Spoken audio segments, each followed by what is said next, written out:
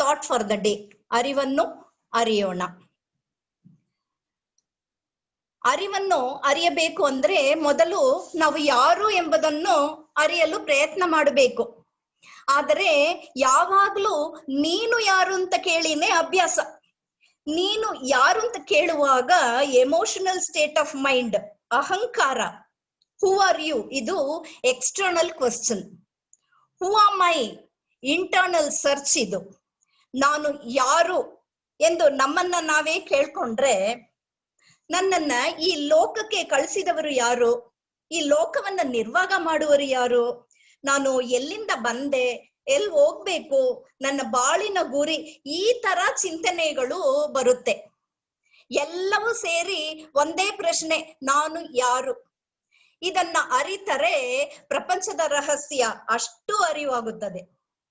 ನಾನು ಯಾರು ಅಂತ ಕೇಳಿದ್ರೆ ಬಹು ಜನರು ಮನಸ್ಸೇ ನಾನು ಅಂತಾರೆ, ಕೆಲವರು ದೇಹವೇ ನಾನು ಅಂತಾರೆ, ಇನ್ನು ಕೆಲವರು ಜೀವಾತ್ಮವೇ ಎನ್ನುತ್ತಾರೆ, ಇನ್ನು ಕೆಲವರು ಅರಿವೇ ನಾನು ಅಂತ ಹೇಳ್ತಾರೆ. ದೇವರೇ ನಾನು ಅಂತ ಹೇಳಿದ್ದನ್ನು ಕೇಳಿದ್ದೀವಿ. ಸರಿ, ಒಂದೊಂದಾಗಿ ನೋಡ್ಕೊಂಡ್ ಬರೋಣ. ಬಹು ಜನರು ದೇಹವೇ ನಾನು ಅಂತ ಹೇಳಿದ್ದಾರೆ, ಮನಸ್ಸಲ್ಲ ದೇಹವೇ ನಾನು ಅಂತ ಬಹು ಜನರು ಅನ್ಕೊಂಡಿದ್ದಾರೆ. ಸರಿ, ಒಂದೊಂದಾಗಿ ನೋಡೋಣ. ದೇಹವೇ ನಾನ. ದೇಹಕ್ಕೆ ಒಂದು ಹೆಸರಿದೆ. ನಾನು ಇಷ್ಟು ಓದಿದ್ದೀನಿ, ನಾನು ಇಂಥ ಕೆಲಸ ಮಾಡ್ತೀನಿ, ನಾನು ಇವರಿಗೆ ಮಗಳು, ಇವರಿಗೆ ಸೋದರಿ, ಈ ತರ ನಾನಾ ವಿಧದಲ್ಲಿ ಹೇಳ್ಕೊಳ್ತೀವಿ.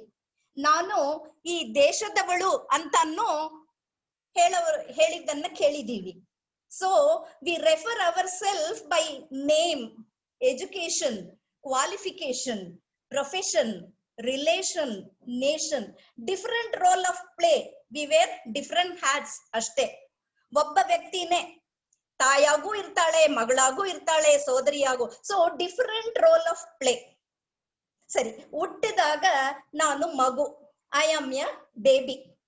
ಬೆಳೆದ ನಂತರ I am a boy or girl, ಹುಡುಗ ಅಥವಾ ಹುಡುಗಿ. ಇನ್ನು ಸ್ವಲ್ಪ ಕಾಲ ಆದ ನಂತರ I am a man or woman, ಗಂಡು ಅಥವಾ ಹೆಣ್ಣು. ವಯಸ್ಸಾದ ನಂತರ ಮುದುಕ ಅಥವಾ ಮುದುಕಿ. One day I am going to die ಅಂದಾಗ ದೇಹಕ್ಕೆ ಹೆಸರೇ ಬೇರೆ ಅಲ್ವಾ? ಯಾವುದು ಬದಲಾವಣೆ ಆಗುತ್ತೋ ಅದು ನಾನು ಅಲ್ಲ. ಯಾವುದು ನಿರಂತರವಾಗಿ ಇದೆಯೋ ಅದೇ ನಾನು ಎಂಬುದು. ಇಲ್ಲಿ I am a baby, I am a boy ಅಂತ ಹೇಳುವಾಗ I remains the same as it is. ನಾನು ಎಂಬ ಫೀಲಿಂಗ್ ಅಲ್ಲಿ ಬದಲಾವಣೆನೇ ಇಲ್ಲ. But body changes. So body is not I. ದೇಹ ಅಲ್ಲ ನಾನು. ಐ ಪೊಸೆಸ್ ದ ಹ್ಯಾಂಡ್ ಅಂತ ಹೇಳಿದ್ರೆ ಕೈ ನನ್ನದು ಅಂತ ಹೇಳ್ತೀವಿ, ಕೈಯೇ ನಾನು ಅಲ್ಲ ಅಲ್ವಾ? ಸರಿ, ಮುಂದಕ್ಕೆ ಹೋಗೋಣ. ಮನಸ್ಸೇ ನಾನ. ಮನಸ್ಸೇ ಮನುಷ್ಯ. ಮನಸ್ಸಿನ ಗುಣಗಳೇ ಮನುಷ್ಯನ ಗುಣಗಳು. ಮನಸ್ಸಲ್ಲಿ ಒಳ್ಳೆಯದು ಜಾಸ್ತಿ ಇದ್ರೆ ಒಳ್ಳೆಯವರು. ಮನಸ್ಸು ಎಂಬುದು ಜೀವಕಾಂತ ಶಕ್ತಿಯ ಅಲೆ. ಅದಕ್ಕೆ ಮನಸ್ಸು ಅಲಿತಾನೇ ಇದೆ, ಸ್ಥಿರವಾಗಿ ಇಲ್ಲ, ಬದಲಾವಣೆ ಆಗ್ತಾನೆ ಇದೆ. ಐ ವಾಸ್ ಬ್ಯಾಡ್ ಅಂತ ಹೇಳಿದ್ರೇನು ನಾನು ಒಳ್ಳೆಯವಳಾಗಬಹುದಲ್ವಾ? I changed myself and I am good now. ಇಲ್ಲಿ ನಾವು ಯಾವ್ದನ್ನ ಚೇಂಜ್ ಮಾಡಿದೀವಿ?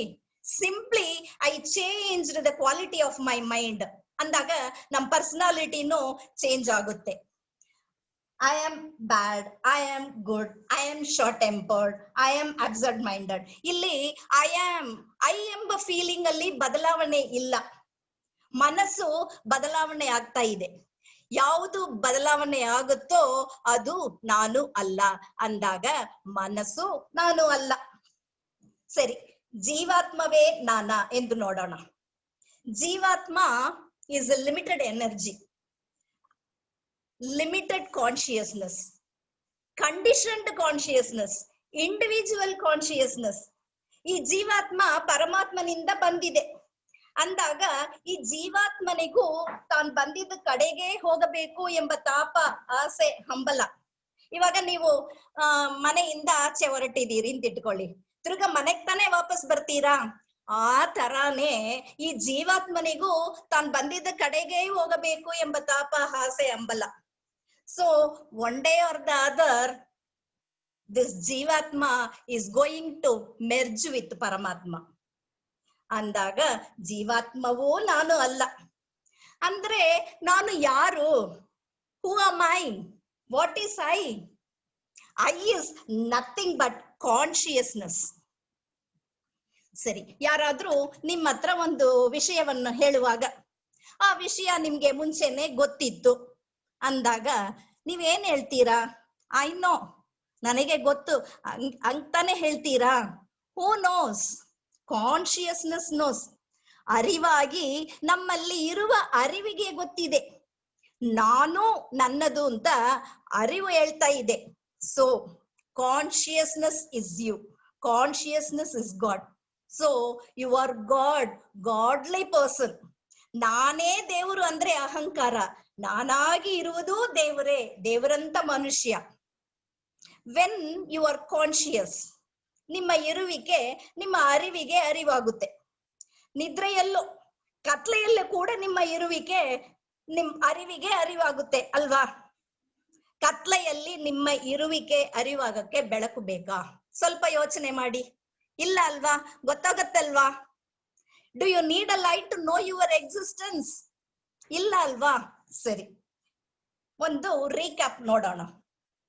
I is not body, because one day it is going to disintegrate. I is not mind, because mind is subjected to change. I is not Jivatma. One day or the other it is going to merge with Paramatma. Then I is nothing but consciousness. Consciousness is God. ಅರಿವೇ ನಾನು, ಅರಿವೇ ದೈವ. ಇವಾಗ theoretical ಆಗಿ ಅರಿವೇ ನಾನು ಎಂದು ಗೊತ್ತಾಯ್ತು.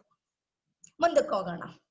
ಕಣ್ಣಿಗೆ ಗೋಚರವಾಗಿ ಈ ಜಗತ್ತು ಜೀವಿಗಳು ಬಂದ ನಂತರ ಭೂಮಿ ಸುತ್ತಕ್ ಶುರು ಆಯ್ತಾ?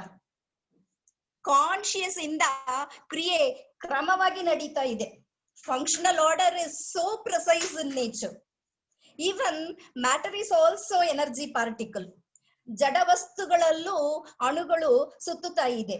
ಆದ್ರೆ ಕಾಮನ್ ಸೆಂಟರ್ ಇಲ್ಲ, ಕೇಂದ್ರ ಇಲ್ಲ.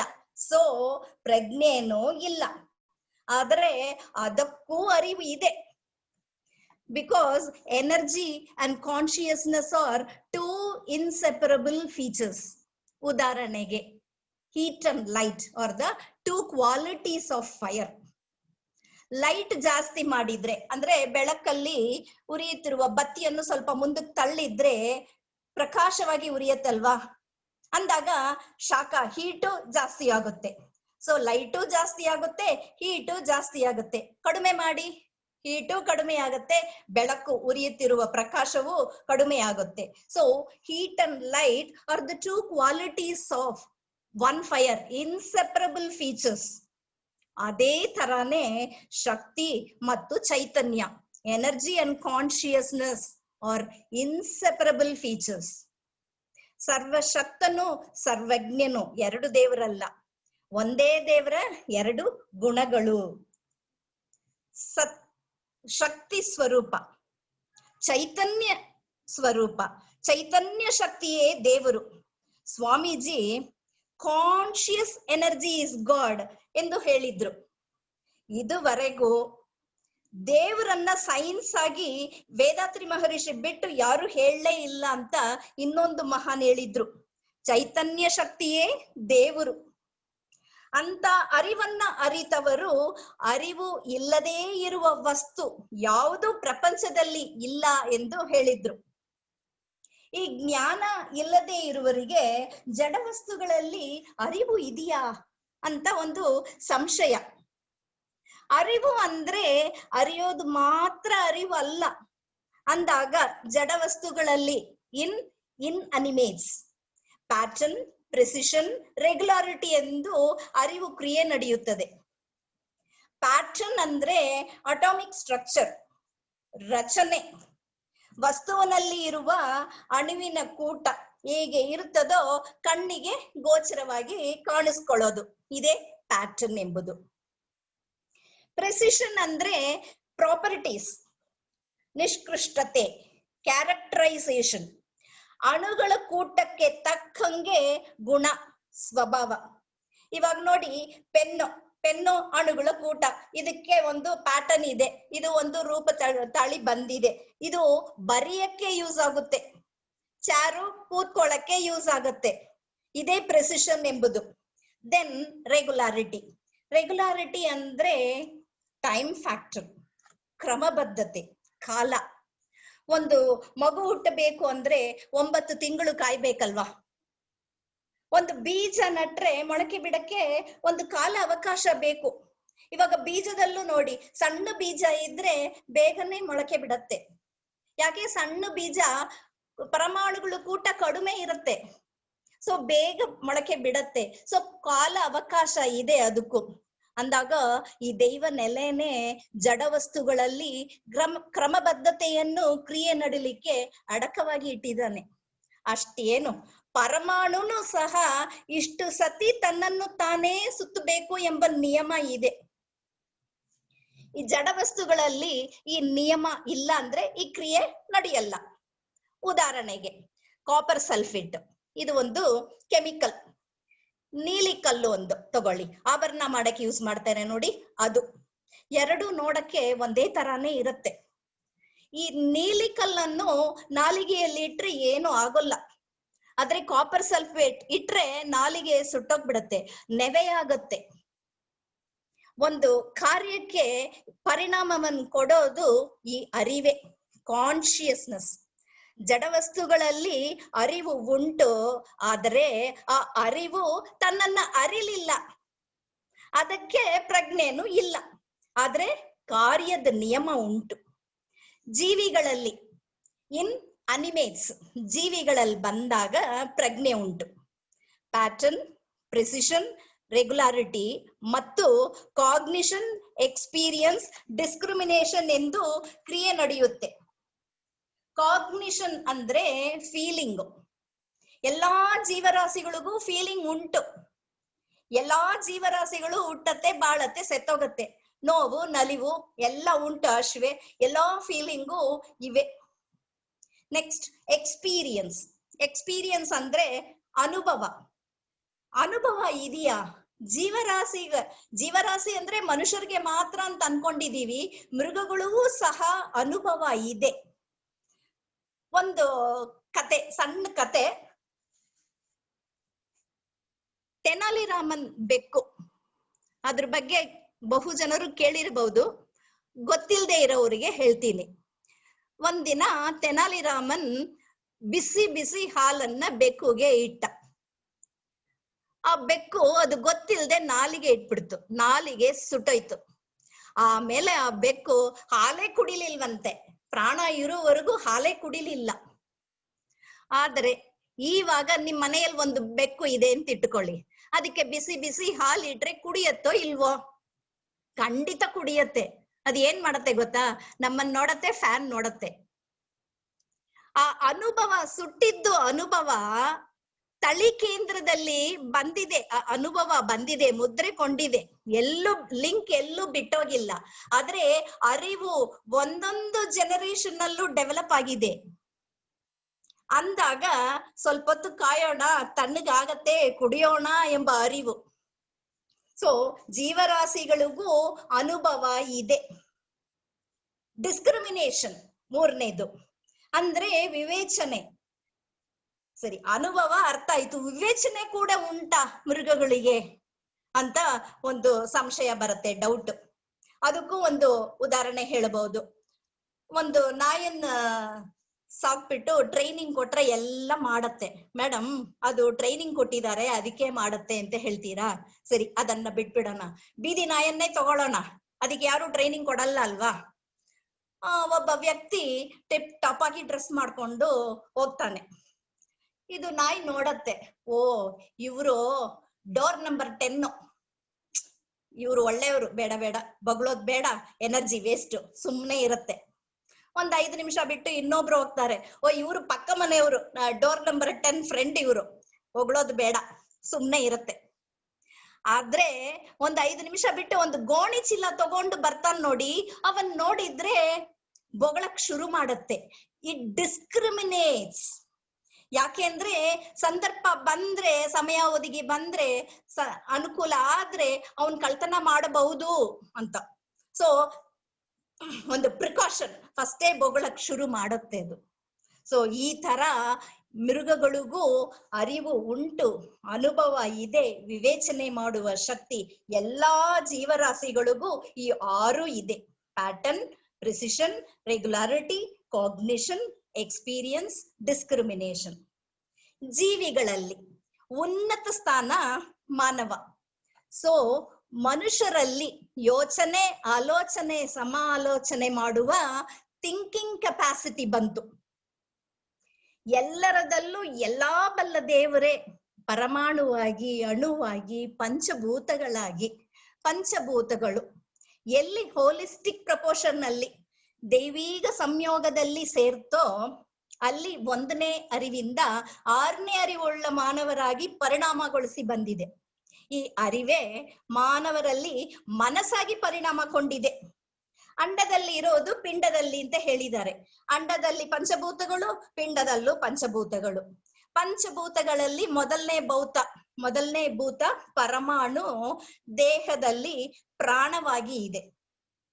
ಈ ಪ್ರಾಣ ಶಕ್ತಿ ಹೊರಗಡೆ ವ್ಯವಹಾರ ಸಲ್ಲಿಸಿದ್ರೆ ಮನಸ್ಸು ಎಂಬ ಕ್ರಿಯೆ. ಅಂತಹ ಮನಸ್ಸನ್ನು ಒಳಮುಖವಾಗಿ ತಿರುಗಿಸಿ ಪ್ರಾಣನ ಮೇಲೆ ಲಯಗೊಳಿಸಿ ಧ್ಯಾನ ಮಾಡುವಾಗ ತಾನು ಯಾರು ಎಂಬುದು ಅರಿವಾಗುತ್ತದೆ. ಇದು ರಿಯಲೈಸೇಷನ್, ಸಾಕ್ಷಾತ್ಕಾರ. ಅರಿವನ್ನು ಅರಿಯಲು ಸಾಧ್ಯ ಆಗುವ ಅರಿವಿನ ಉನ್ನತ ಸ್ಥಿತಿನೇ ಮನುಷ್ಯ ಅಂದಾಗ ಅಷ್ಟು ಶ್ರೇಷ್ಠವಾದ ಮಾನವನು ತಾನು ಯಾರು ಅಂತ ಅರಿಯಲು ಪ್ರಯತ್ನ ಮಾಡಬೇಕು. ತಾನು ದೇಹ ಅಲ್ಲ, ಮನಸ್ಸು ಅಲ್ಲ, ಪ್ರಾಣನೂ ಅಲ್ಲ, ಎಲ್ಲವೂ ಸೇರಿ ತಾನು ಅರಿವು ಬ್ರಹ್ಮವೆಂದು ಅರಿಬೇಕು. ನಾನು ಎಂಬುದು ದೇಹ ಮಾತ್ರ ಅಲ್ಲ. ಯಾಕೆಂದ್ರೆ ಪ್ರಾಣ ಇಲ್ಲ ಅಂದ್ರೆ ದೇಹಕ್ಕೆ ಹೆಸರೇ ಬೇರೆ ಅಲ್ವಾ. ನಾನು ಎಂಬುದು ಪ್ರಾಣ ಮಾತ್ರ ಅಲ್ಲ. ಯಾಕೆಂದ್ರೆ ಪ್ರಾಣ ಚಲನ ನಿಂತ್ರೆ ಈ ಪ್ರಾಣ ದೇವರಲ್ಲಿ ಲಯ ಆಗುತ್ತೆ. ನಾನು ಎಂಬುದು ಮನಸ್ಸು ಮಾತ್ರನೂ ಅಲ್ಲ. ಯಾಕೆಂದ್ರೆ ಪ್ರಾಣ ಇರುವವರೆಗೂ ತಾನೇ ಮನಸ್ಸು ಎಂಬ ಕ್ರಿಯೆ ನಡೆಯುತ್ತೆ, ಇಲ್ಲಾಂದ್ರೆ ಮನಸ್ಸು ಎಂಬುದೇ ಇಲ್ಲ. ನಾನು ದೇಹ ಎಂದು ಕುಗ್ಗಿಸಿ ನಿಲ್ಲೋದ, ನಾನು ಮನಸ್ಸು ಎಂದು ವಿಸ್ತರಿಸಿ ನಿಲ್ಲೋದ, ನಾನು ಪ್ರಾಣ ಎಂದು ಉನ್ನತ ಸ್ಥಿತಿಯಲ್ಲಿ ನಿಲ್ಲೋದ, ನಾನು ಬ್ರಹ್ಮಂ ಅರಿವು ಎಂದು ಪೂರ್ಣ ಅರಿವು ಪ್ರಜ್ಞೆಯಿಂದ ನಿಲ್ಲೋದ ಎಂದು ಚಿಂತಿಸಿದ್ರೆ, ನಾನು ದೇಹ ಎಂದು ಕುಗ್ಗಿಸಿ ನಿಂತ್ರೆ ವಿಶಾಲತೆ ಇರಲ್ಲ. ಮನಸ್ಸು ಎಂದು ವಿಶಾಲ ಮಾಡಿಕೊಂಡ್ರೆ ಉನ್ನತ ಸ್ಥಿತಿ ಇರಲ್ಲ. ಪ್ರಾಣವೇ ಎಂದು ಉನ್ನತ ಸ್ಥಿತಿಗೊಳಿಸಿದ್ರೆ ಪೂರ್ಣ ಪ್ರಜ್ಞೆ, ಪೂರ್ಣ ಅರಿವು ಇರಲ್ಲ. ನಾನು ಅರಿವು ಬ್ರಹ್ಮಂ ಎಂದು ಪೂರ್ಣ ಪ್ರಜ್ಞೆ ಹೊಂದಿದ್ರೆ ಎಲ್ಲವೂ ಉಂಟು. ಇದಷ್ಟು ಉಂಟು. ಯಾಕೆಂದ್ರೆ ದೇಹ ಗೋಚರವಾಗಿದೆ, ಪ್ರಾಣ ಶಕ್ತಿಯುತವಾಗಿದೆ, ಮನಸ್ಸು ಪ್ರಜ್ಞೆಯಾಗಿದೆ. ಪ್ರಾಣನೇ ಮನಸ್ಸು ಎಂಬ ಹೆಸರು ತಗೊಂಡಿದೆ, ಮನಸ್ಸಾಗಿ ಪರಿಣಾಮಗೊಳಿಸಿದೆ. ಪ್ರಾಣನೋ ಅಣುಗಳ ಕೂಟ, ಅಣುನೋ ಅರಿವಿನ ಕ್ರಿಯೆ ಮಾಡುವ ನೆಲೆ. ಇರುವಿಕೆಯಾಗಿ ಇರುವುದು ಬ್ರಹ್ಮಂ, ಸತ್ಯ ವಸ್ತು. ಚಲನವಾಗಿ ಇರುವುದು, ಕ್ರಿಯೆ ನಡೆಸೋದು ಅರಿವು. ಸೊ ನಾನು ಬ್ರಹ್ಮಂ, ಅರಿವು. ಅರಿವೇ ದೈವ. ಅರಿವೇ ದೈವ ಅಂದಾಗ ದೇವರ ಬಗ್ಗೆ ಸುಮಾರು ಜನ ಚರ್ಚೆ ಮಾಡಿದ್ರು. ಅವಾಗ ಒಬ್ರು ರಮಣ ಮಹರ್ಷಿ ಹತ್ರ ವಾಟ್ ಈಸ್ ಗಾಡ್ ಎಂದು ಕೇಳಿದ್ರು. ಇವಾಗ ನಿಮ್ಮ ಹತ್ರ ಕೇಳಿದ್ರೆ ನೀವೇನು ಉತ್ತರ ಕೊಡ್ತೀರಾ? ಒಬ್ಬೊಬ್ರು ಒಂದೊಂದ್ ತರ, ನಿಮ್ಗೆ ಏನು ಅನ್ಸತ್ತೋ, ನಿಮ್ಗೆ ಏನ್ ತಿಳ್ಕೊಂಡ್ರೋ ಅದನ್ನೇ ಅಲ್ವಾ ಹೇಳ್ತೀರಾ. ಒಬ್ರು ಹೇಳೋದು ಇನ್ನೊಬ್ರಿಗೆ ಒಪ್ಪಿಗೆ ಆಗಲ್ಲ ಅಂದಾಗ ಆ ಜಾಗದಲ್ಲಿ ಚರ್ಚೆ ನಡೆಯುತ್ತೆ. ಯಾಕೆ? ಯಾರು ಇನ್ನೊಬ್ರು ಮಾತನ್ನ ಒಪ್ಕೊಳಕ್ಕೆ ರೆಡಿ ಇಲ್ಲ ಅಂದಾಗ ಉತ್ತರ ಅಂತೂ ಸಿಗಲ್ಲ. ಆದ್ರೆ ರಮಣ ಮಹರ್ಷಿ ಏನ್ ಹೇಳಿದ್ರು ಗೊತ್ತಾ? ಒಂದೇ ಒಂದು ಪದ ಆಡ್ ಮಾಡಿದ್ರು, ವಾಟ್ ಇಸ್ ಗಾಡ್ ಅಂತ. ಏನ್ ಇದೆಯೋ ಅದೇ ದೇವ್ರು. ಅಂದ್ರೆ ಇರುವ ಎಲ್ಲವೂ ದೇವರೇ, ಈ ಜಗತ್ತೇ ದೈವಾಂಶ ಅಂತ ಹೇಳಿದ್ರು. ಇದು ಕೇಳಿದ ಕೂಡ್ಲೆ ಇನ್ನು ಏನ್ ಹೇಳೋದನ್ ಗೊತ್ತಾಗ್ಲಿಲ್ಲ. ಇನ್ನೊಬ್ರು ಕೇಳಿದ್ರು, ವೇರ್ ಇಸ್ ಗಾಡ್ ಅಂತ. ತಿರ್ಗ ನಿಮ್ಮ ಹತ್ರ ಕೇಳಿದ್ರೆ ನೂರಾರು ಉತ್ತರಗಳು ಹೇಳ್ತೀರಾ. ವೇರ್ ಇಸ್ ಗಾಡ್, ಎಲ್ಲಿದ್ದಾನೆ ದೇವರು? ರಮಣ ಮಹರ್ಷಿ ಅವರು ಒಂದೇ ಒಂದು ವರ್ಡ್ ನಾಟ್ ಅಂತ ಸೇರಿಸಿದ್ರು. Where is God not, where is he not, ಎಲ್ಲಿಲ್ಲ ದೇವರು ಎಂದು ಎದುರು ಪ್ರಶ್ನೆ ಹಾಕಿದ್ರು. ಈ ತರ ಈ ದೇವರ ಬಗ್ಗೆ ಚರ್ಚೆ ನಡೆಯುತ್ತೆ. ಒಂದೇ ಒಂದು ಉತ್ತರ ಕೊಟ್ರೆ ಸಾಕು ಅಷ್ಟೇ, ಇನ್ಮೇಲೆ ಚರ್ಚೆ ಮಾಡ್ಲೇಬಾರ್ದು, ಕಾಂಕ್ರೀಟ್ ಆನ್ಸರ್ ಕೊಡ್ಬೇಕು. ಇದು ಯಾವಾಗ ನಮಗೆ ಬರುತ್ತೆ ಅಂತ ಹೇಳಿದ್ರೆ, ಧ್ಯಾನ ಮಾಡಿ ಈ ತತ್ವಜ್ಞಾನನು ಯಾವಾಗ್ಲೂ ನೆನಪಲ್ಲಿ ಇಟ್ರೆ ಮಾತ್ರನೇ ಸಿಗೋದು. ಅಂದಾಗ ಈ ದೇವ್ರು ಎಲ್ಲೆಲ್ಲೂ ವ್ಯಾಪಿಸಿದಾನೆ ಗೊತ್ತಿದೆ ಅಲ್ವಾ, ಆದ್ರೇನು ನಾವು ಒಳಗಡೆ ಹುಡುಕೋದೇ ಇಲ್ಲ. ಒಳಗಡೆ ಇರೋ ದೇವರನ್ನ ಒಳಗಡೆ ಹುಡುಕ್ಬೇಕು. ಎಲ್ಲೆಲ್ಲೂ ಇದಾನೆ ಅಂದ್ರೆ ನಮ್ ಒಳಗಡೆನೂ ಇದಾನಲ್ವಾ, ಒಳಗಡೆ ಇರೋ ದೇವರನ್ನೇ ಒಳಗಡೆ ಹುಡುಕ್ಬೇಕು. ಹೇಗೆ? ಧ್ಯಾನ ಮಾಡಿನೇ, ತುರಿಯಾತೀತ ಧ್ಯಾನ ಮಾಡಬೇಕು. ಮನಸ್ಸನ್ನ ಹಿಗ್ಗಿಸಿ ಹಿಗ್ಗಿಸಿ ಶಕ್ತಿ ಕಳಂ ಶಿವಕಳಂ ವರೆಗೂ ಹೋದಾಗ ನಮ್ಮ ಅರಿವಿಗೆ ವಿಶ್ರಾಂತಿ. ಅಂದಾಗ ಮನಸ್ಸಿಗೂ ಶಾಂತಿ, ಅರಿವಿಗೆ ವಿಶ್ರಾಂತಿ ಎಂಬುದು ಪರಿಶುದ್ಧ ಬಟ್ಟ ಬಯಲಲ್ಲಿ ಲಯಗೊಳಿಸಿ ಧ್ಯಾನ ಮಾಡೋದೆ. ನಮ್ ಸ್ವಾಮೀಜಿ ಕೂಡ ಹೇಳಿದ್ದಾರೆ, ಸುತ್ತವೆಳಿ ತವಂ ಒಂಡ್ರದಾನ್ ಅರಿವಿರ್ಕು ಓಯ್ವು ಅಂತ. ಅಂದಾಗ ಈ ಧ್ಯಾನ ಮಾಡುವಾಗ ಮನಸ್ಸಿನ ಕ್ರಿಯೆ ಇರಲ್ಲ, ಮನಸ್ಸು ನಾಶವಾಗುವ ಸ್ಥಿತಿ ಅಂದ್ರೆ ನೋ ಮೈಂಡ್ ಸ್ಟೇಟ್. ಜೀವಾತ್ಮ ಪರಮಾತ್ಮನಲ್ಲಿ ಲಯ ಆಗುವ ಸ್ಥಿತಿ. ಈ ಸ್ಥಿತಿ ಸಿಗುವ ತನಕ ಪ್ರಯತ್ನ ಮಾಡಬೇಕು. ಬರೀ ಪ್ರಯತ್ನ ಅಲ್ಲ, ಸತತ ಪ್ರಯತ್ನ ಮಾಡಬೇಕು. ಇದು ತಾನೇ ತಾನಾಗಿ ಒದಗಿ ಬರುವಂತ ಸ್ಥಿತಿ. ಸಾಧನೆ ಮಾಡಬೇಕು. ಈ ದೇಹ ಸಾಧನಾ ಶರೀರ ಅಂತ ಹೇಳಿದ್ರಲ್ವಾ, ಸಾಧನೆ ಮಾಡಬೇಕು. ಆತ್ಮ ಸಾಧನೆ ಮೂಲಕ ನಮ್ ನಿಜವಾದ ಸ್ವರೂಪ ಆನಂದ ಸ್ವರೂಪವನ್ನು ಅರಿಯಲು ಸಾಧ್ಯ, ಅರಿವನ್ನು ಅರಿಯಲು ಸಾಧ್ಯ. ನಾನು ಅರಿವು ಬ್ರಹ್ಮಂ ಎಂಬುದು ಅರಿವಾಗುತ್ತೆ. ಎಲ್ಲವೂ ಎಲ್ಲರೂ ದೇವರು ಅಂಶವೇ. ಅರಿವು ವಿಕಾಸ ಮಾಡಿಕೊಂಡಷ್ಟು ಸೋಲ್ ಗೆಟ್ಸ್ ಫ್ರೀಡಮ್. ಇವಾಗ ಹೇಳಿ, ನಾನು ಯಾರು? ನಾನು ದೇವರಂತ ಮನುಷ್ಯ, ಆದ್ರೆ 3 ಕೊಳೆಗಳು ಮುಚ್ಕೊಂಡ್ಬಿಟ್ಟಿದೆ. ಪರವಾಗಿಲ್ಲ, ಸ್ವಚ್ಛ ಮಾಡ್ಕೋಬಹುದು. ಹೇಗೆ? ಧ್ಯಾನ ಮಾಡಿನೇ ಅಂತರಂಗ ಶುದ್ಧಿ ಮಾಡ್ಕೊಂಡೆ. ಧ್ಯಾನ ಮಾಡಿದ್ರೆ ನಮ್ ಒಳಗಡೆ ಇರುವ ಕಲ್ಮಿಷಗಳು ಗುರ್ತಾಗುತ್ತದೆ. ಅಂದಾಗ ತಿದ್ದುಕೊಳ್ಳಕ್ಕೆ ಸಾಧ್ಯ ಆಗುವುದು. ಮನಸ್ಸು ಸ್ವಚ್ಛವಾಗುತ್ತೆ. ಧ್ಯಾನದಿಂದ ಮನಸ್ಸು ಒಂದೆಡೆ ನಿಲ್ಲುತ್ತೆ, ಆತ್ಮನಲ್ಲಿ ಲಯ ಆಗುತ್ತೆ. ಅಂದಾಗ ನಾನು ಅರಿವು ಬ್ರಹ್ಮಂ ಎಂಬುದು ಅರಿವಾಗುತ್ತೆ. ಇವಾಗ ಫುಲ್ ಥಿಯರಿ ಗೊತ್ತಾಯ್ತು. ಸರಿ, ಯಾರಾದ್ರೂ ಕೇಳ್ಕೊಂಡ್ಬಿಟ್ರಿ, ಆಮೇಲೆ ಮನೆಗೆ ಹೋಗ್ತೀರಿ, ಆಫೀಸ್ ಹೋಗ್ತೀರಿ, ಎಲ್ಲೆಲ್ಲೋ ಹೋಗ್ತೀರಿ. ಯಾರಾದ್ರೂ ಒಬ್ರು ಹೂ ಆರ್ ಯು ಎಂದು ಕೇಳಿದ್ರೆ ಐ ಆಮ್ ಕಾನ್ಶಿಯಸ್ನೆಸ್, ಅರಿವು ಬ್ರಹ್ಮಂ ಎಂದು ಹೇಳ್ತೀರಾ? ಹೇಳಿದ್ರೆ ಅಷ್ಟೇ, ಥಿಯರಿ ಸಹ ಗೊತ್ತಿಲ್ಲದೆ ಇರೋರು ಹುಚ್ಚರು ಅಂತ ಹೇಳ್ಬಿಡ್ತಾರೆ. ಸೊ ಅಹಂಕಾರ ಇಲ್ಲದೆ ಹೆಸರೋ ಪದವಿನೋ ಆ ಸಂದರ್ಭಕ್ಕೆ ತಕ್ಕಂಗೆ ಹೇಳ್ಕೊಳ್ಳಿ. ಆದ್ರೆ ತತ್ವವನ್ನು ನೆನಪಲ್ಲಿ ಇಟ್ಕೋಬೇಕು, ಆದಷ್ಟು ಬಾಳಲ್ಲಿ ಅಳವಡಿಸ್ಕೋಬೇಕು. ನಾವು ಯಾವ್ದನ್ನ ನೋಡಿದ್ರೇನು ಪಂಚಭೂತಗಳಿಂದ ಆಗಿದೆ. ಪಂಚಭೂತಗಳು ಪರಮಾಣುಗಳ ಕೂಟ. ಪರಮಾಣು ಪರಮಾತ್ಮನ ಶಕ್ತಿಯೇ. ಈ ತರ ಮೂಲ ವಸ್ತು ಯಾವುದು? ಈ ತತ್ವಜ್ಞಾನ ನೆನಪಲ್ಲಿ ಇಟ್ಕೋಬೇಕು.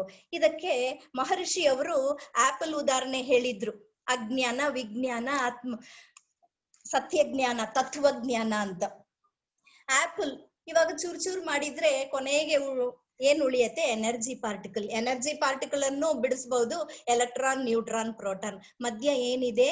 Space. Space is God. Space is God. ಎಲ್ಲೆಲ್ಲೂ ವ್ಯಾಪಿಸಿದಾನಲ್ವಾ. ಇವಾಗ ಆಪಲ್ ಸರಿ, ಅದಕ್ ಮುಂಚೆ ಕೃಷ್ಣ ಹೇಳಿದ್ದನ್ನ ಹೇಳ್ತೀನಿ. ಎಲ್ಲಾ ವಸ್ತುಗಳಲ್ಲೂ ನನ್ನನ್ನ ನೋಡುವನು ಯಾರೋ ಅವನನ್ನ ಬಿಟ್ಟು ನಾನು ಅಗಲೋದಿಲ್ಲ, ಅವನು ನನ್ನನ್ನ ಬಿಟ್ಟು ಅಗಲೋದಿಲ್ಲ. ಭಗವದ್ಗೀತೆಯಲ್ಲಿ ಕೃಷ್ಣ ಹೇಳಿದ್ದಾನೆ. ಆಪಲ್ ಜಡ ಕಣ್ಗಳಿಗೆ ವಸ್ತು, ಯಾರು ಆಪಲ್ ಅಂತ ಹೇಳಿದ್ದನ್ನೇ ನಾವು ಹೇಳ್ತಾ ಇದ್ದೀವಿ. ಇದು ಕ್ರಿಯೆ, ವಸ್ತು ಅಲ್ಲ, ಆದ್ರೇನು ವಸ್ತು ಅಂತ ಹೇಳ್ತಾ ಇದ್ದೀವಿ. ಇದು ಅಜ್ಞಾನ, ಮಾಯೆ. ಈ ಆಪಲ್ ಅಣುಗಳ ಕೂಟ, ಇದು ವಿಜ್ಞಾನ. ಈ ಅಣುವಿನ ಕೂಟ, ಪರಮಾಣು, ಪರಮಾಣು ಎಲ್ಲಿಂದ ಬಂತು? From space. ಶಿವಂ ಪೂರಣಂ. ಆ ಪೂರ್ಣವೇ ತನ್ನನ್ನು ತಾನೇ ಭಿನ್ನ ಮಾಡಿಕೊಂಡು ಶಕ್ತಿಯಾಗಿ ಚಲನಕ್ಕೆ ಬಂತು. ಇದು ತತ್ವಜ್ಞಾನ. ಈ ತತ್ವಜ್ಞಾನ ಇದ್ರೆ ನಾವು ಎಲ್ಲರಲ್ಲೂ ದೇವರನ್ನೇ ನೋಡ್ತೀವಿ, ಎಲ್ಲರ ಹತ್ರನೂ ಪ್ರೀತಿಯಿಂದೇ ನಡ್ಕೊಳ್ತೀವಿ. ಈ ಸತ್ಯ ವಸ್ತು ಬಿಟ್ಟು ಬೇರೆ ಎಲ್ಲವೂ ಕ್ರಿಯೆ, ಜಸ್ಟ್ ಹ್ಯಾಪನಿಂಗ್. ಇವಾಗ ನಾವು ಯಾವ್ದೆಲ್ಲದಕ್ಕೂ ವಸ್ತು ಅಂತ ಹೇಳ್ತೀವೋ ಅದು ಅಷ್ಟು ಕ್ರಿಯೆನೇ, ನಿಜವಾದ ವಸ್ತು ಅಲ್ವೇ ಅಲ್ಲ. ಆದ್ರೆ ಸದ್ಯಕ್ಕೆ ಅವುಗಳನ್ನ ವಸ್ತು ಅಂತಾನೆ ಹೇಳೋಣ. ಯಾಕೆಂದ್ರೆ ಈ ತತ್ವವನ್ನು ಥಿಯರಿಟಿಕಲ್ ಆಗಿ ಕೂಡ ಗೊತ್ತಿಲ್ಲದೆ ಇರೋವ್ರ ಹತ್ರ ಇದು ವಸ್ತು ಅಲ್ಲ, ಇದು ಕ್ರಿಯೆ ಅಂತ ಹೇಳಿದ್ರೆ ನಮ್ಮನ್ನು ಒಂಥರ ನೋಡ್ತಾರೆ. ಸೊ ವಸ್ತು ಅಂತಾನೆ ಹೇಳೋಣ, ನಿಜವಾದ ವಸ್ತುವನ್ನ ಸತ್ಯ ವಸ್ತು ಅಂತ ಹೇಳೋಣ.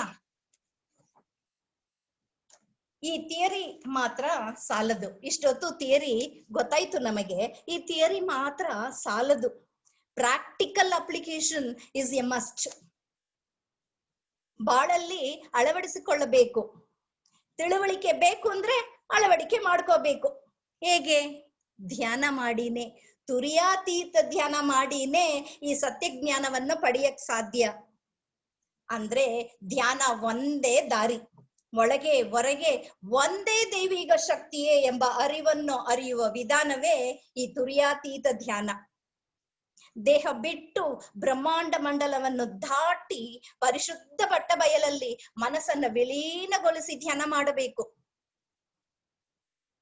ಒಂದು ಪ್ರೇಯರ್ ಸಾಂಗ್, ಅಸತೋಮ ಸದ್ಗಮಯ ಎರರ್ ಟು ಟ್ರೂತ್, ತಮಸೋಮ ಜ್ಯೋತಿರ್ಗಮಯ ಇಗ್ನೋರೆನ್ಸ್ ಟು ವಿಸ್ಡಮ್, ಮೃತ್ಯೋರ್ಮ ಅಮೃತಂ ಗಮಯ ಮಾರ್ಟಾಲಿಟಿ ಟು ಇಮ್ಮಾರ್ಟಾಲಿಟಿ. ಓಂ ಶಾಂತಿ ಶಾಂತಿ ಶಾಂತಿ. ತುರಿಯಾತೀತ ಧ್ಯಾನ ಮಾಡಿದ್ರೆ ಈ ಶ್ಲೋಕದಲ್ಲಿ ಹೇಳಿದ್ದ ಫಲ ಎಲ್ಲವೂ ಸಿಗುತ್ತದೆ. ಶ್ಲೋಕ ಥಿಯರಿ ಅಂದ್ರೆ ಪ್ರಾಕ್ಟಿಕಲ್ ತುರಿಯಾತೀತ ಧ್ಯಾನ. ಇದರಲ್ಲಿ ಮಾರ್ಟಾಲಿಟಿ ಟು ಇಮ್ಮಾರ್ಟಾಲಿಟಿ ಅದ್ರ ಬಗ್ಗೆ ಮಾತ್ರ ಸ್ವಲ್ಪ ಹೇಳಕ್ಕೆ ಇಚ್ಛೆ ಪಡ್ತೀನಿ. ಯಾಕೆಂದ್ರೆ ನಮ್ಮ ಸ್ವಾಮೀಜಿ ಚಿರಂಜೀವಿ, ಎಲ್ಲಾ ಮಹಾನ್ಗಳು ಚಿರಂಜೀವಿ. ವೇದಾತ್ರಿ ಮಹರ್ಷಿ ಅವರು ನಮ್ ಜೊತೆನೇ ಇದ್ದಾರೆ, ನಮ್ ಒಳಗಡೆನೆ ಚಿರಂಜೀವಿಯಾಗಿ ಇದ್ದುಕೊಂಡು ಮಾರ್ಗದರ್ಶನ ಮಾಡ್ತಾ ಇದ್ದಾರೆ. ಮುಂಚೆ ಕಂಠದಲ್ಲಿ ಇದ್ರು, ಈಗ ಅಖಂಡದಲ್ಲಿ ಐಕ್ಯವಾಗಿ ಇದ್ದಾರೆ. ಆದ್ರೆ ಅವರು ಚಿರಂಜೀವಿ. ಮಾರ್ಟಾಲಿಟಿ ಟು ಇಮ್ಮಾರ್ಟಾಲಿಟಿ ಸಾಧ್ಯ. ಈ ತತ್ವಜ್ಞಾನ ಯಾವಾಗ್ಲೂ ನೆನಪಲ್ಲಿ ಇಟ್ಕೋಬೇಕು. ಇದು ಯಾವಾಗ್ಲೂ ನೆನಪಲ್ಲಿ ಇರ್ಬೇಕು ಅಂದ್ರೆ ಧ್ಯಾನ ಒಂದೇ ದಾರಿ. ಧ್ಯಾನ ಮಾಡಿದ್ರೆ ಮಾತ್ರನೇ constant awareness, we can maintain constant awareness. ಮರೆಯೋದೇ ಇಲ್ಲ. ಇಲ್ದೆ ಹೋದ್ರೆ ಅವಾಗ ಮರ್ತು ಬಿಡುತ್ತೆ. ನೀವು ಸೆಂಟರ್ಗೆ ಬರ್ತೀರಾ, ಧ್ಯಾನ ಮಾಡ್ತೀರಾ, ಕ್ಲಾಸ್ ಎಲ್ಲ ಅಟೆಂಡ್ ಮಾಡ್ತೀರಾ, ಆವಾಗ ತುಂಬಾ ಚೆನ್ನಾಗಿರುತ್ತೆ. ಮನೆಗೆ ಹೋದ್ರೆ ಎಲ್ಲ ಮರ್ತು ಬಿಡುತ್ತೆ. ಏನೋ ಒಂದು ಸಂದರ್ಭದಲ್ಲಿ ಕೋಪ ಬಂದ್ಬಿಡತ್ತೆ. ಸೊ ಈ ತತ್ವಜ್ಞಾನ ತಾತ್ಕಾಲಿಕವಾಗಿ ಮರ್ತೋಗುತ್ತೆ. ಇದು ಮರಿಬಾರದು. ಕಾನ್ಶಿಯಸ್ಲಿ ಸೂಪರ್ ಕಾನ್ಶಿಯಸ್ ಆಗಿ ಇರಬೇಕು ಅಂದ್ರೆ ಧ್ಯಾನ ಒಂದೇ ದಾರಿ. ಈ ತತ್ವಜ್ಞಾನ ಇಲ್ಲ ಅಂದ್ರೆ ಏನು ಡಿಸ್ಅಡ್ವಾಂಟೇಜಸ್, ತತ್ವಜ್ಞಾನ ಇದ್ರೆ ಏನು ಅಡ್ವಾಂಟೇಜಸ್, ಒಂದೊಂದಾಗಿ ನೋಡೋಣ.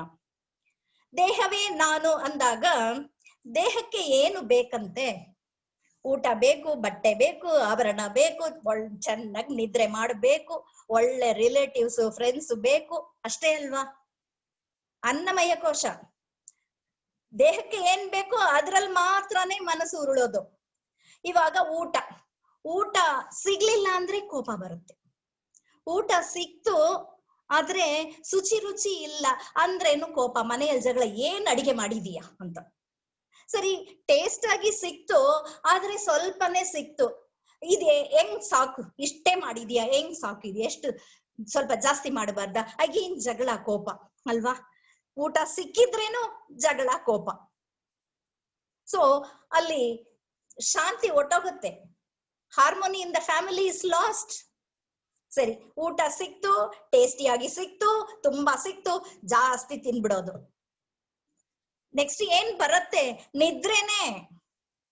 ನಿದ್ರೆ ಜಾಸ್ತಿ ಹೊತ್ತು ಮಾಡಿದ್ರೆ ಫ್ರೆಶ್ ಅಂತ ಅನ್ಕೊಂಡಿದ್ದಾರೆ. ತುಂಬಾ ಹೊತ್ತು ಜಾಸ್ತಿ ಮಾಡಿದ್ರೆ ಫ್ರೆಶ್ ಆಗಿರಕ್ ಸಾಧ್ಯವೇ ಇಲ್ಲ. ಏನೋ ಒಂಥರ, ಏನೋ ಕಳ್ಕೊಂಡಿದ್ದ ತರಾನೇ ಇರುತ್ತೆ. ಏನೋ ಒಂದು ಸೋಮಾರ್ತನ ಖಂಡಿತ ಇರುತ್ತೆ. ಇನ್ನು ಸಾಕಾಗ್ಲಿಲ್ಲ ನಿದ್ರೆ ಅಂತಾನೆ ಅನ್ಸುತ್ತೆ. ಸರಿ, ಊಟ ಮಾಡೋದು, ನಿದ್ರೆ ಮಾಡೋದು, ಇದೇ ಅಭ್ಯಾಸ ಮಾಡ್ಕೊಂಡ್ರೆ ನೆಕ್ಸ್ಟ್ ಏನ್ ಬರುತ್ತೆ? ಕಾಯಿಲೆನೆ. ಕಾಯಿಲೆ ಬರದೆ ಏನಾಗುತ್ತೆ? ಕಾಯಿಲೆ ಬರುತ್ತೆ. ಕಾಯಿಲೆ ಬಂದ್ರೆ ಖುಷಿಯಿಂದ ಇರ್ತೀವಾ? ನೋ ಎಂತೂಸಿಯಾಸಮ್ ಅಲ್ವಾ. ನೆಕ್ಸ್ಟ್ ಕ್ಲೋತ್ಸ್, ಜ್ವೆಲ್ಸ್, ಪ್ರಾಪರ್ಟಿ, ಬಟ್ಟೆ, ಆಭರಣ, ಸ್ವೆತ್ತು. ಎಷ್ಟು ಬೇಕು? ತುಂಬಾ ಬೇಕು. ಸಿಗ್ಲಿಲ್ಲ ಅಂದ್ರೆ ಒಂಥರ, ಏನ್ ನಮ್ಗೆ ದೇವ್ರು ನನ್ನನ್ ಮಾತ್ರ ಕಣ್ಬಿಟ್ಟು ನೋಡ್ಲೇ ಇಲ್ಲ ಅಂತ. ಸಿಕ್ಬಿಟ್ರೆ ಒಂಥರ excitement, superiority complex. Next relatives. Relatives ಒಂದು ಅಟ್ಯಾಚ್ಮೆಂಟ್. ಒಳ್ಳೆಯವರು ಇದ್ರೆ ಅಹಂಕಾರ. ರೀ, ನಮ್ ಸಂಸ್ಕಾರನೇ ಒಳ್ಳೆ ಸಂಸ್ಕಾರ. ನಮ್ ವಂಶದಲ್ಲಿ ಎಲ್ರು ಒಳ್ಳೆಯವರು, ಏನೋ ಮಿಕ್ಕಿದವರೆಲ್ಲ ಕೆಟ್ಟವ್ರ ತರ. ಸೊ ಅಟ್ಯಾಚ್ಮೆಂಟ್, ಅಹಂಕಾರ. ಸಪೋಸ್ ಅವರು ಒಳ್ಳೆಯವರ ಅಲ್ಲ ಅಂತ ನಮಗೆ ಅನ್ಸಿದ್ರೆ ಅವ್ರನ್ನ ಬೈಯೋದು, ಪೇನ್ಸ್ ಅಂಡ್ ಮಿಸರೀಸ್. ಬೈಯೋದು ಒಳ್ಳೇದಾ? ಇಲ್ಲ ಅಲ್ವಾ. ಸೊ ಈ ತರ ಆಹಾರ ವಿಷಯದಲ್ಲಾಗ್ಲಿ, ನಿದ್ರೆಯಲ್ಲಾಗಲಿ ಒಂಥರ ತವಕನೆ. ಅನ್ನಮಯ ಕೋಶ, ಮನೋಮಯ ಕೋಶ ಅಂದಾಗ ತಮೋ ಗುಣನು ರಜೋ ಗುಣನೇ ಇರುತ್ತೆ. ಆದ್ರೆ ಏನ್ ಗುಣ ಇರಬೇಕು ನಮ್ಮಲ್ಲಿ? ಸತ್ವಗುಣ. ಸತ್ವಗುಣ ಯಾವಾಗ ಇರತ್ತೆ ಅಂತ ಹೇಳಿದ್ರೆ, ಈ ತತ್ವಜ್ಞಾನ ಇದ್ರೆ ಮಾತ್ರನೇ ಸತ್ವಗುಣ ಇರೋದು ನಮ್ಮಲ್ಲಿ. ಮನಸ್ಸು, ಅನ್ನಮಯ ಕೋಶ, ತಮೋಗುಣ ಇರುತ್ತೆ. ಲೇಸಿನೆಸ್, ಯಾಕೆ ಎಷ್ಟು ನಿದ್ರೆ ಮಾಡಿದ್ರೇನು ಒಂಥರ ಮನಸ್ಸಿಗೆ ಬೇಸರನೇ. ನೆಕ್ಸ್ಟ್ ಅವಿವೇಕ. ಅದೇನು ಅವಿವೇಕಕ್ಕೂ ಇದಕ್ಕೂ ಏನ್ ಸಂಬಂಧ ಅಂತ ಅನ್ಸತ್ತೆ. ಇವಾಗ ನೀವು ಜಾಸ್ತಿ ಊಟ ಮಾಡಿಬಿಡ್ರಿ ಅಂತ ಅನ್ಕೊಳ್ಳಿ, ಏನಾಗುತ್ತೆ? ಊಟ ಜೀರ್ಣ ಮಾಡಕ್ಕೆ ಜೀವಕಾಂತ ಶಕ್ತಿ ಹೊಟ್ಟೆ ಕಡೆ ಹರಿಯತ್ತೆ. So supply, energy supply cut off to brain cells. ಬುದ್ಧಿ ಕೆಲಸ ಮಾಡಲ್ಲ. ಅವಿವೇಕವೇ. ಇದೇನ್ ಅಭ್ಯಾಸ ಮಾಡ್ಕೊಂಡ್ರೆ ಅವಿವೇಕವೇ. ಕಾಯಿಲೆ ಬಂದ್ರೆ ನೋ ಎಂತೂಸಿಯಾಸಮ್. ಎರಡು, ಮನಸ್ಸು ದೇಹ ಎರಡು ನೋ ಎಂತೂಸಿಯಾಸಮ್. ಎರಡಕ್ಕೂ ಬೇಸರ, ಏನೋ ಒಂಥರ ಇರುತ್ತೆ. ಮನಸ್ಸಲ್ಲಿ ಶಾಂತಿನೇ ಇರಲ್ಲ. ಮನಸ್ಸಲ್ಲಿ ಶಾಂತಿ ಇರಲ್ಲ. ಮನಸ್ಸು ಆರೋಗ್ಯವಾಗಿ ಇಲ್ಲ ಅಂದ್ರೆ ದೇಹನೂ ಆರೋಗ್ಯವಾಗಿರಕ್ ಸಾಧ್ಯವೇ ಇಲ್ಲ. Because mind only functions, the body remember. If mind says energetic, body also feel energetic. If mind says I am tired, body no tired ಆಗೆ ಫೀಲ್ ಮಾಡುತ್ತೆ, ಕೋಆಪರೇಟ್ ಮಾಡೋಲ್ಲ. ಸೊ ಒಂಥರ ರೆಸ್ಲೆಸ್ನೆಸ್, ಅಹಂಕಾರ ಎಲ್ಲವೂ ಮನಸ್ಸಲ್ಲಿ ಅಂದಾಗ ಈ ಈಗೋ, ಇಲ್ಯೂಷನ್ಸ್ ಇನ್ ಇಂಪ್ರಿನ್ಸ್. ಸೊ ಪಾಪ ಮುದ್ರೆಗಳು ಒತ್ತಿಸ್ಕೊಂಡು ಪುನರಭಿ ಮರಣಂ ಪುನರಭಿ ಜನನಂ. ಸೊ ಬರ್ತ್ ಇನ್ಕ್ರೀಸಸ್. ಜೀವಾತ್ಮ ಪುನಃ ಪುನಃ ದೇಹ ತಾಳಿ ಈ ಲೋಕಕ್ಕೆ ಬರುತ್ತೆ. So emotional state of mind ಅಲ್ಲೇ ಇರ್ತೀವಿ. ಇಂಬ್ಯಾಲೆನ್ಸ್, ಬ್ಯಾಲೆನ್ಸ್ಡ್ ಆಗಿ ಇರಕ್ ಸಾಧ್ಯ ಆಗೋಲ್ಲ ಈ ತತ್ವಜ್ಞಾನ ಇಲ್ಲ ಅಂದ್ರೆ. ಅದಕ್ಕೆ ಹಿರಿಯವರು ಹೇಳಿದ್ರು, ತುಂಬಾ ಸಂತೋಷ ಆದ್ರೇನು ಕುಣಿಬೇಡ, ದುಃಖದಲ್ಲಿ ಮುಳುಗೋಗಿ ಒಂದ್ ಕಡೆ ಕೂತ್ಕೋಬೇಡ, ಬ್ಯಾಲೆನ್ಸ್ಡ್ ಆಗಿ ಇರು ಅಂತ ಹೇಳಿದ್ರು. ಆದ್ರೆ ತತ್ವಜ್ಞಾನ ಇಲ್ಲ ಅಲ್ವಾ. So we feel imbalanced. Then ಯಾರಾದ್ರೂ ಏನಾದ್ರೂ ಹೇಳ್ಬಿಟ್ರೆ ವಿ ಫೀಲ್ ಇನ್ಸಲ್ಟೆಡ್, ನನಗೆ ಹೇಳ್ಬಿಟ್ರು ಅಂತ. ಮತ್ತು ತಪ್ಪು ಮಾಡಿಬಿಟ್ರೆ ಗಿಲ್ಟಿ ಫೀಲಿಂಗು. ತಪ್ಪು ಮಾಡಬಾರ್ದು ಅಂತ ಗೊತ್ತಿದ್ರೇನು ತಿದ್ದುಕೊಳ್ಳಕ್ಕೆ ಆಗ್ತಾ ಇಲ್ಲ. ಯಾಕೆ? ತತ್ವಜ್ಞಾನ ಇಲ್ಲ. ತತ್ವಜ್ಞಾನ ಇದ್ರೆ, ತಪ್ಪು ಮಾಡಿದ್ರೆ ಅದರಿಂದ ಒಂದು ಪಾಠ ಕಲ್ತ್ಕೊಂಡು ಮುಂದಕ್ಕೆ ಹೋಗ್ತೀವಿ. We can elevate ourself to the level of divinity. So ಆಧ್ಯಾತ್ಮಿಕ ದಾರಿಯಲ್ಲೂ ಮುಂದೆ ಹೋಗಬಹುದು. ಆದ್ರೆ ಈ ತತ್ವಜ್ಞಾನ ಇಲ್ಲ. So we feel guilty. See negative in others, ಪರರಲ್ಲಿ ಇರೋ ಕೊರತೆಯನ್ನೇ ನೋಡೋದು. ಇದೇ ಅಭ್ಯಾಸ ಆದ್ರೆ ನಮ್ ಗುಣನೂ ಅದೇ ಆಗುತ್ತೆ ಅಲ್ವಾ. ಇಷ್ಟು ಡಿಸ್ಅಡ್ವಾಂಟೇಜಸ್ ಇದೆ ತತ್ವಜ್ಞಾನ ಇಲ್ಲ ಅಂದ್ರೆ. ಸರಿ, ತತ್ವಜ್ಞಾನ ಇದ್ರೆ ಏನ್ ಅಡ್ವಾಂಟೇಜಸ್ ಅಂತ ನೋಡೋಣವಾ. ಆಹಾರ ವಿಷಯವೇ ತಗೊಳ್ಳೋಣ. ಆಹಾರ ಸಿಗ್ಲಿಲ್ಲ, ಊಟ ಸಿಗ್ಲಿಲ್ಲ ಅಂದ್ರೆ ಪರವಾಗಿಲ್ಲ, ಒಂದ್ ಒಳ್ಳೆ ತಿಂದಿಲ್ಲ ಅಂದ್ರೆ ನಾನೇನ್ ಸಾಯಲ್ಲ, ಗಾಡ್ ಇಸ್ ಟೆಸ್ಟಿಂಗ್ ಮೀ ಅಂತ ಅನ್ಕೊಳ್ತೀವಿ. ಸೊ ತಾಳ್ಮೆಯಿಂದ ಇರ್ತೀವಿ. ಸಿಕ್ತು, ಟೇಸ್ಟ್ ಇಲ್ಲ ಅಂದ್ರೇನು ಇದಾದ್ರೂ ಸಿಕ್ತಲ್ವಾ ಅಂತ ಅನ್ಕೊಳ್ತೀವಿ. ಟೇಸ್ಟು ಇತ್ತು ಆದ್ರೆ ಸ್ವಲ್ಪನೇ ಸಿಕ್ಕಿದೆ ಅಂದ್ರೆ ಇಷ್ಟಾದ್ರೂ ಸಿಕ್ತಲ್ವಾ, ಒಂದ್ ತುತ್ತ ಅನ್ನ ಕೂಡ ಇಲ್ದೇ ಇರೋರು ಇದಾರೆ, ಇಷ್ಟಾದ್ರೂ ಸಿಕ್ತಲ್ವಾ ಸಮಾಧಾನ ಮಾಡ್ಕೊಳ್ತೀವಿ. ಸರಿ, ಟೇಸ್ಟ್ ಆಗಿ ಇದೆ ಅಂದ್ರೇನು no tendency to eat too much. We follow limitation and methodology. ಇತಿಮಿತಿಗೊಳಿಸ್ತೀವಿ ಅಂದಾಗ ತೃಪ್ತಿ, ಚಪಲನೇ ಇರಲ್ಲ, ಎಷ್ಟು ಬೇಕೋ ಅಷ್ಟು ಸಾಕು, ಸ್ಯಾಟಿಸ್ಫ್ಯಾಕ್ಷನ್. ಸರಿ, ನಿದ್ರೆ ಕಡಿಮೆ ಮಾಡಿದ್ರೇನು ಫ್ರೆಶ್ ಆಗಿ ಫೀಲ್ ಮಾಡ್ತೀವಿ. When we get up still we feel energetic. Energy level maintain ಆಗುತ್ತೆ, ಕಾನ್ಸ್ಟಂಟ್ ಅವೇರ್ನೆಸ್ ಇರುತ್ತೆ, ವಿವೇಕ ಇರುತ್ತದೆ. ಇದು ಎರಡು ಹಿಂಗಿದ್ದಾಗ ಕಾಯಿಲೆ ಬರುತ್ತಾ? ಇಲ್ಲ.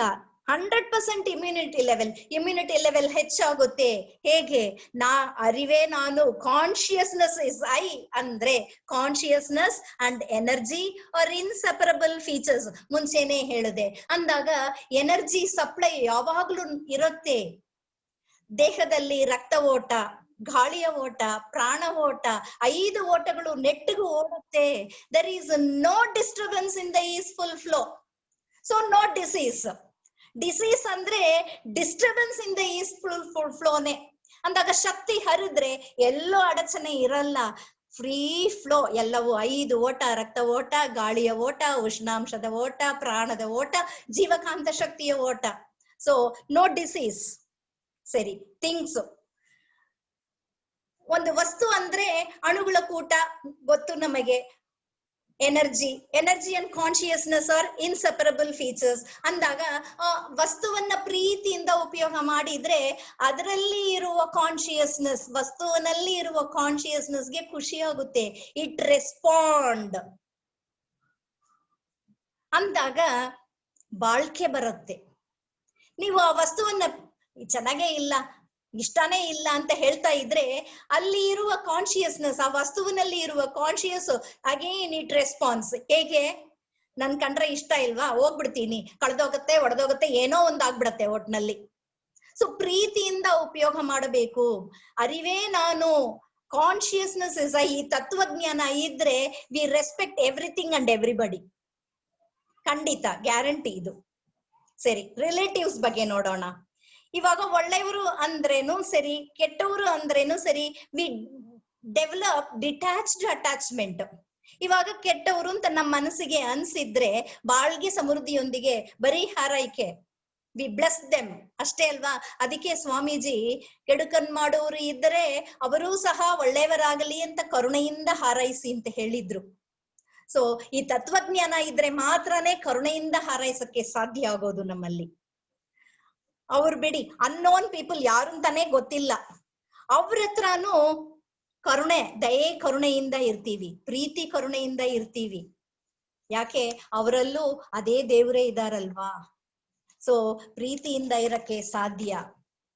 So benefits of consciousness is I ಅಂದಾಗ 100% ಇಮ್ಯುನಿಟಿ ಲೆವೆಲ್ ಇರುತ್ತೆ. Mental stability. ಹೇಗೆ ಮೆಂಟಲ್ ಸ್ಟೆಬಿಲಿಟಿ? ಈ ತತ್ವಜ್ಞಾನ ಇರಬೇಕು ಅಂದ್ರೆ ಧ್ಯಾನ ಮಾಡ್ತೀವಾ? ಧ್ಯಾನ ಮಾಡಿದ್ರೆ ಮನಸ್ಸು ದಿಢತೆ ಹೊಂದತ್ತಾ? ಅಂದಾಗ ಏನು ಬಂದ್ರೇನು ಸೋತೋಗಲ್ಲ ಮನಸ್ಸು, ಒಂದು ಪಾಠ ಕಲ್ತ್ಕೊಂಡು ಮುಂದಕ್ಕೆ ಹೋಗ್ತಾನೆ ಇರತ್ತೆ. ಸೊ ಮೆಂಟಲ್ ಸ್ಟೆಬಿಲಿಟಿ, ದಿಢತೆ ಹೊಂದತ್ತೆ. ಹ್ಯಾಪಿನೆಸ್, ಪೀಸ್, ಶಾಂತಿ, ವಿಸ್ಡಮ್ ಅಲ್ವಾ. ಥಾಟ್ಲೆಸ್ ಸ್ಟೇಟ್ ಸಿಗುತ್ತೆ. We respect others. ಅಂದಾಗ ಸಮಾಜದಲ್ಲಿ ಈಸ್ಫುಲ್ ಬಾಡಿಯಾಗಿ ಇದ್ದು ಪೀಸ್ಫುಲ್ ಮೈಂಡ್ ಸಿಕ್ಕಿದಾಗ, ಮೈಂಡ್ ಅಲ್ಲಿ ಐಡಿಯಾಸ್ ಫ್ರಮ್ ಡಿವಿನಿಟಿನೇ ಅಂದಾಗ we are useful to the society. ಯಾಕೆ ಹೇಗೆ ಅಂದ್ರೆ we express the message soulful divine force. So soulful messages ಹೋಗಿ ಸೇರುತ್ತೆ ಆಸ್ಪಿರೆಂಟ್ಸ್ಗೆ, ಅವರು ಬಾಳಲ್ಲಿ ಅಳವಡಿಸ್ಕೊಳಕ್ಕೆ ಸಾಧ್ಯ ಆಗೋದು. So we are useful to the society. ಖಂಡಿತ. ಸರಿ, ಒಂದೇ ಒಂದು ರೀಕ್ಯಾಪ್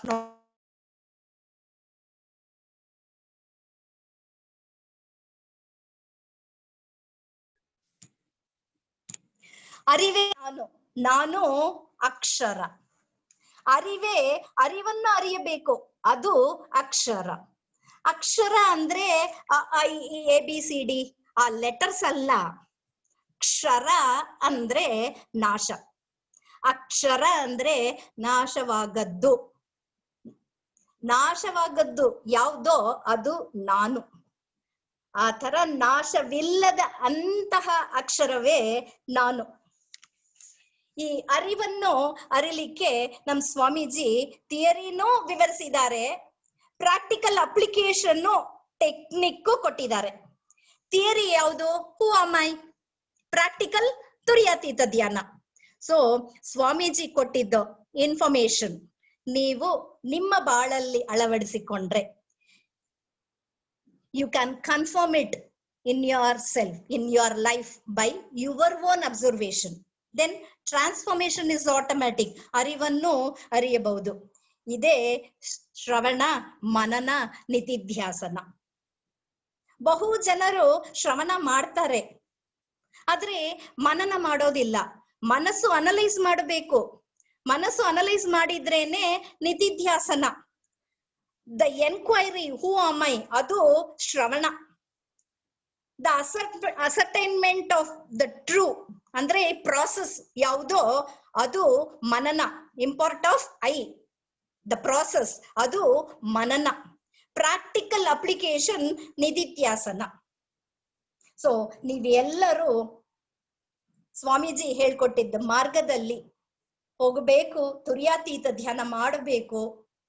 ಮಾಡಿ ಅಂತರಂಗ ಶುದ್ಧಿ ಮಾಡಿಕೊಂಡು ನೀವೆಲ್ಲರೂ ಎಲ್ಲವನ್ನು ಪಡೆದು ಸಮೃದ್ಧಿಯೊಂದಿಗೆ ಬಾಳಬೇಕು ಅಂತ ಹಾರೈಸಿ ಮುಗಿಸ್ತೀನಿ. ಬಾಳ್ಗೆ ಸಮೃದ್ಧಿಯೊಂದಿಗೆ.